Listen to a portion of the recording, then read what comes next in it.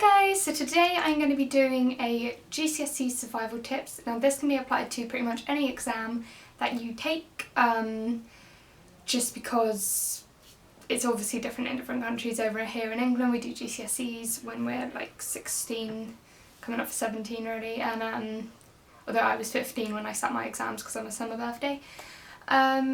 Yeah, this is basically just general advice because I know some of my subscribers are doing their GCSEs and they may be a little bit worried, so I just thought that this may help you considering exam season is coming up.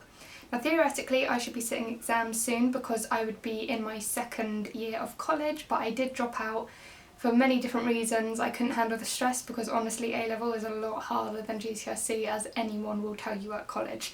So I'm just going to give you advice for GCSEs, and yeah, you could take it, you can leave it, it's honestly up to you. You've probably heard it all before, but some stuff you may have not, so that's why I'm doing it. So, and if you can hear a load of noise in the background, we have builders at the moment because we're extending our house out, so please ignore. So my main big tip is do not talk to anyone before you go in for your exam. Like seriously, do not. Because honestly it's just going to be a load of people asking you questions you may not know, then you start panicking. When you go into the exam hall you're going to blank, and it's happened to me. Luckily I managed to think up some stuff and I didn't fail any of my GCSEs, but everyone will be outside the exam hall talking about the subject. You won't want to hear it, I promise you. So my main thing is just ignore what people are saying, do something else, go to the exam hall. When they're letting people in, just sort of stay away, even if it's like with your friends or whatever, just be like, can you just leave me to calm down a little bit? I'm a bit stressed. You know, they won't mind because they'll be stressed too. Now my other GCSE tip is listen to music or do something that relaxes you before you go in. I found that this helped me on a few of my exams. I basically stand outside the exam hall with my earbuds in and listen to either calming music or just music that I liked, just to calm my brain down and sort of make it feel more normal, like I was going into an exam. Like you can totally skip this step if you think you're going to be fine, like you're fine in your mocks and whatever, but and that also will blank out anyone talking around you pretty much. And yeah, that's probably like a really wise thing to do because people will talk and it will annoy you and it will worry you. Now get a good night's sleep before your exams, and I know you've probably heard this and like, oh yeah, well I'm going to be up all night revising. That I'll come on to that point in a minute. You need to sleep, I would say probably about 8.5 hours before your test, because you just want your mind to be completely refreshed because you are going to be using it through the day. Then when you wake up on the day of your exams, have a high protein breakfast, just because this will stop you from having a grumbly tummy in your exam. Trust me, I didn't do it for my English exam, you know, the 2.25 hour exam. Luckily when I went to college and I did my ASs, I learnt from my mistakes and I did a really good healthy breakfast for the morning. I would recommend something like eggs in the morning.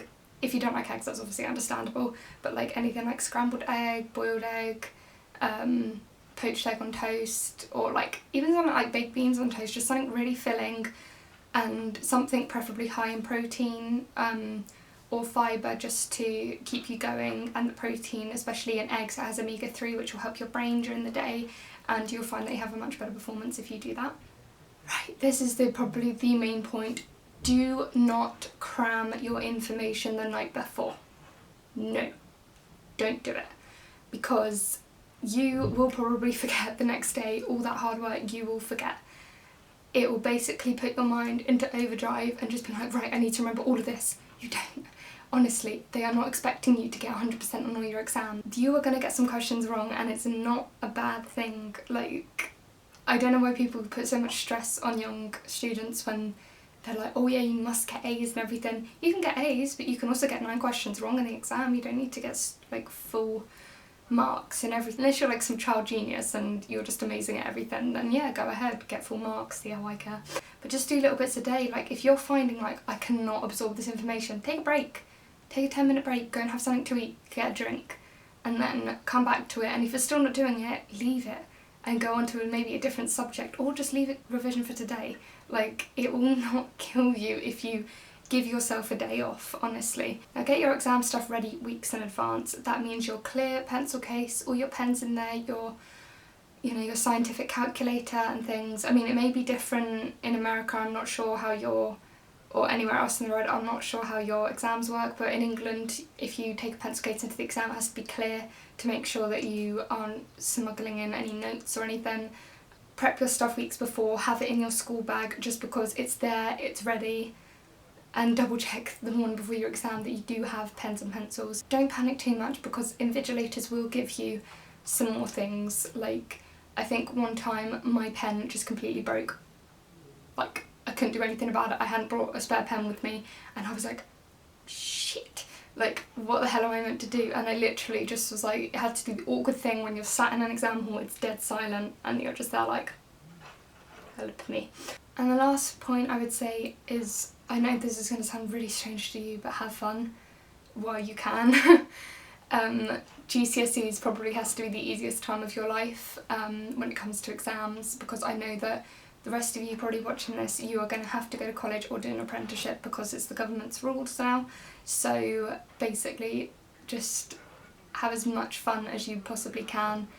And I know a lot of you are going to say, like, I can't see how I'm going to miss school. Like, I felt exactly the same, trust me. I was like, I'm never going to miss this place. Peace out, bitches. I ain't coming back. I want to go back now. It's like, basically, secondary school, they spoon feed you all your information that you need for life. And when you get to college, they're like, oh, so you don't want to do your homework? Sure, that's fine, fair, see how I care. It's a lot of responsibility when you go to college because if you don't revise, you ain't going to get them grades, and that's up to you. They will put a lot more pressure on you at college, and it's sort of like, it's indirected pressure. Like, they won't say like, you must do your homework, and if you don't, you're going to get detention. If you don't do your homework, you're just going to have a really pissed off teacher. That's literally it. So honestly, just have fun with GCSEs. I would wish more than anything to be back at school, even though I hate studying, and that's mainly the reason why I quit college.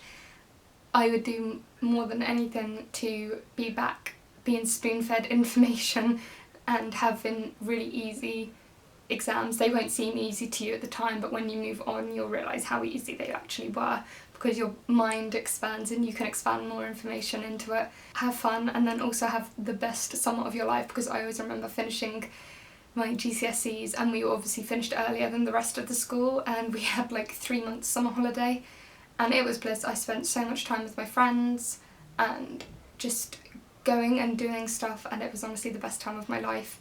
Reality kicked in when I went back to college, but I think the summer after your GCSEs, it's like a step. It makes you feel more like an adult that you're going to college, and I know a lot of you will probably get what I mean. So yeah, just my main tip is, as hard as it is, enjoy it while you can, and good luck for your exams, that's all I can say. So I hope you enjoyed this video.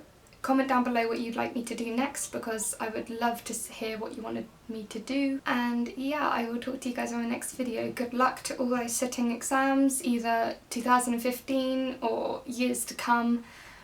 Good luck, and I'm sure you do great. As long as you believe in yourself and you try your hardest, you'll get anywhere. Reach for the stars. So I'll talk to you guys soon. Bye!